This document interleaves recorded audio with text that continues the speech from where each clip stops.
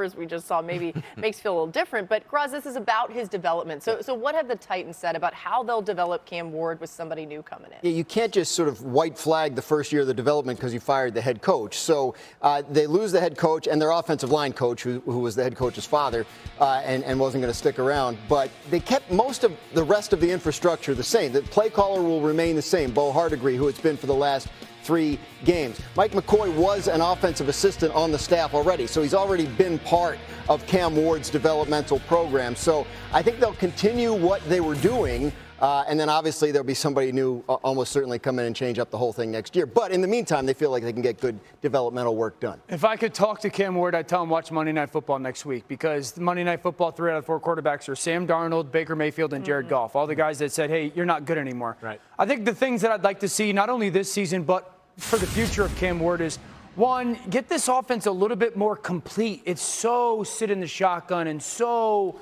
Cam Ward do it yourself. So just a more diversified offense, move the launch point, go under center a little bit. I think the second thing is quarterbacks like breather plays. Not every ball has to be 15 yards down the field. And part of that is Cam's growth, no doubt, but such longer developing pass plays. Sometimes it says, hey, can I get a 5-yard out route just to turn my brain off and get a completion? And then being completion driven a little bit. I mean, Cam Ward's got 48 pass attempts this year that he's held the ball for 3.5 seconds or more. That's the most in the NFL. This is a rookie that doesn't have a ton to work with. I think that's the starting point schematically, not only this year, but the future. I mean, you have to protect him physically and schematically, to your point. You lose your O-line coach, and they weren't playing great, obviously, even before, the head coach being let go. But at the same time, it's like when you have these top picks come into organizations that have so much to fix, you put everything on their shoulders, it does hurt their development. So you have to make the game plan more simple. You have to dig into the things that he's very comfortable and confident in executing. And on top of that, you have to try to find ways to mitigate, like, him not feeling like everything rests on his shoulders. To your point, like, he can't do it himself. And for no young quarterback, you can't. You don't give a 5th grader trigonometry. No, you let them ease into it before they can master what the NFL is, which is chaos. And that rhythm will help them combat the chaos that is NFL football. I remember having a conversation a few years ago with an offensive line coach about these sort of epidemic we have right now with no good offensive linemen in the NFL, or very few of them. And he was telling me that, one of the hardest things for us field as offensive line coaches is that we draft these guys, and the first thing we got to do is untrain all the bad habits they have from playing in college football. Big, wide splits, spread offenses. These guys haven't ever gotten to 3-point stances, all these things. That's what I want the Titans to have to avoid with Cam Ward, is that whoever the head coach is next year is not going to spend the first half of his season with Cam untraining potential bad habits that can be developed for the rest of this season. I think because of the personnel, it's going to be hard for Cam to develop all the requisite talents that we want him to this year. But going forward, as long as he's not doing the things, it's kind of dovetails with what Dan was saying on both point 2 and 3 there. Less 3-pointers, not getting comfortable, just trying to score 7 points on every single play. Yeah, it's going to be interesting because I actually think that Cam Ward is a quarterback that a lot of people would want to work with. So it'll be fascinating to see who they end up going with for this job. If it's an offensive guy, he'll want to be there. Yeah, right? There's a lot to be excited about with this young fellow. All right, a lot more coming your way here on NFL Live. Glad you're with us on this Wednesday. Whiteout Wednesday is back. Hawk has returned. Dan and Hawk are going to talk about who's shown up, shown out, including the league's leading receiver. You don't want to miss this. Putting somebody in the Louvre. Hawk, did you go see the Louvre? Did you go to France or I did go to Paris.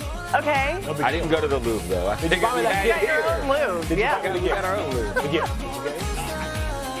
It's Whiteout Wednesday. Dan and Hawk, take it away. This is called Improve It, Remove It, Lose It. I am licking my chops because it's time to eat. Game plan within the game plan. As a quarterback, I'm throwing it to the pylon. As soon as I see you look, I'm looking. Don't do what's on the paper. Do what you know. And when he shows it, it's too late for the DB to get there enough to stop the catch. I didn't know this was coming. This is the fastest speed I've ever worked out. If I tried that now, I would tear everything. Whoa. Look at this museum. This is Hawk's beautiful gallery. Good to talk ball. Come on, man. Whiteout Wednesday, yay. America, it's time to talk about the Seattle Seahawks. It's time to talk about a quarterback and wide receiver duo that's trending and becoming one of the best in the NFL, and it's time to talk about a wide receiver. Oh, I thought you meant me and you. My bad. I thought it was, if you don't give a damn, I don't give a hawk, right? Listen, we are here, Wide Out Wednesday. We got improve it, remove it, lose it. One to coach up, one to get out of our games, and one that is such a work of art. Who are we talking about? We're going to hang it in the museum. We're talking about our boy Jackson Smith-Njigba of the Seattle Seahawks. Yeah. I fought the urge to go with Drake London because I was coming from the UK.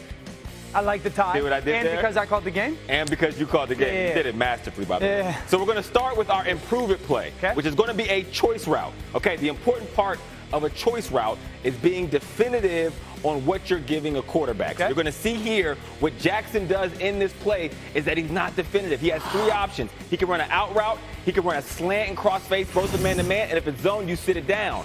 But at the top, he kind of inches and Darnold throws a slant ball that could have been intercepted. Okay. Next for our remove it play, 20-yard catch, incredible shake route. But then you get a taunting penalty. Now look, I don't think this is a good call. I am not the referee, though. We just can't have it. We gained 20 to lose 15. Let's just remove it, all right? I'm not going to lie. When I saw it, I was like, you're going to take away that route? Because that route was incredible. Yeah, disgusting. All right. It's the taunting that we got to get rid of. All right, let's show everybody what the Louvre is. I want everyone to see it. This is that bomb touchdown that goes for 56 yards into that offense. Beautiful throw and catch. Let's go from the jump. What do we got? Listen, we're in a book split. The reason why they call it a book split in this Shanahan-Kubiak offense is because the baseline of the passing game and play action is a read route. Now, the book split is about 6 to 8 yards from the tackle. You're going to have about 10 to 15 different routes that you can throw at a defense. So you're in this route. That's important because one of the main routes is a drift concept, which is a 6-step post out of play action where you're going to hug these linebackers up and you're going to hit in this middle of the field, okay? So when he's lined up here, though, this DB and that safety are thinking drift.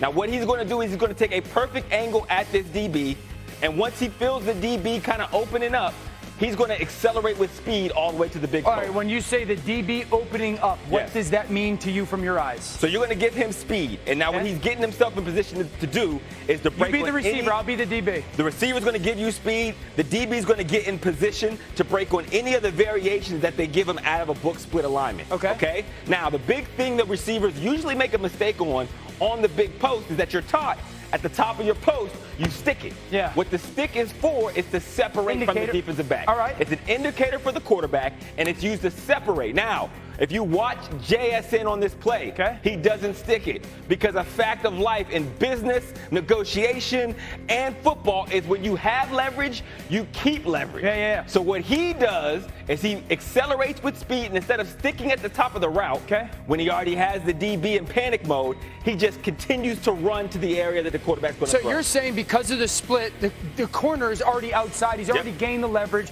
so he doesn't have to do that. And that's why he kind of speeds through this and there's no stick? You see no stick. So what that does, if we had his GPS up here, you would see he got up to 21 miles per hour because he did not slow down. And it turns into a straight foot race. And Sam Darnold, I mean, he throws a beautiful ball here, and his indicator is he's looking at that safety the entire time. Once this safety drives down, he knows he can throw it. Let me ask you a question. So when he doesn't stick here and he has that corner on outside, what would he be thinking right now when it comes to landmark? Because these throws are landmark. You know it, like, hey, we want to throw it on the inside edge of the numbers, or we want to throw it to the hash. What are you thinking as far as without that stick of that indicator and setting the landmark? How does he and the quarterback get on that same page? I love it because it actually simplifies it, right? He understands, okay, you're just going into 100-meter dash mode. I'm not going to stick this. I'm going to round it. I'm going to maintain as much speed as possible. My landmark is going to be that near goalpost, the near upright on the goalpost. And then from there, I'm going to look up, find the ball, and I know that Sam Darnold, because I am so far in front of this DB, he can place it anywhere, and I'm going to be able to redirect and make this catch. I was just going to ask you, do you like this? Because I like the fact that once JSN gets to this point, it almost looks like a cut, split, go route in a way. Exactly. And I love the fact that he kind of stays vertical, where Sam Darnold can really throw this football that way. He can bleed him in across the field. That's intentional. That's intentional because by keeping my initial part of my route wide, I'm now giving Sam Darnold all of this grass to make the decision where the best part to throw it is, and then I can run away because I've maintained my speed, and that DB is already in my back hip. Man, that quarterback receiver, almost as good as this quarterback. Top level. All right. But you know what the time it is, though, Dan? What do we got? Got to put our boy in the Louvre here. We need a whiteboard. We got quite the collection going here in our Louvre. Come on, where we at? Give me JSN. I don't know who is wide receiver U, but Ohio State, man, they are making a case. So they might be, for real. Like, I'm not sure you can deny it at this point. Hang it in the Louvre. My personal favorite, Hawk Elisa over there. What happens That's next week? one. Do we just make everybody else's image smaller? Field, I was thinking that. We're going to have to expand our gallery. Which We're going to start putting it on all the screens. We got to go to Hawk's palatial estate.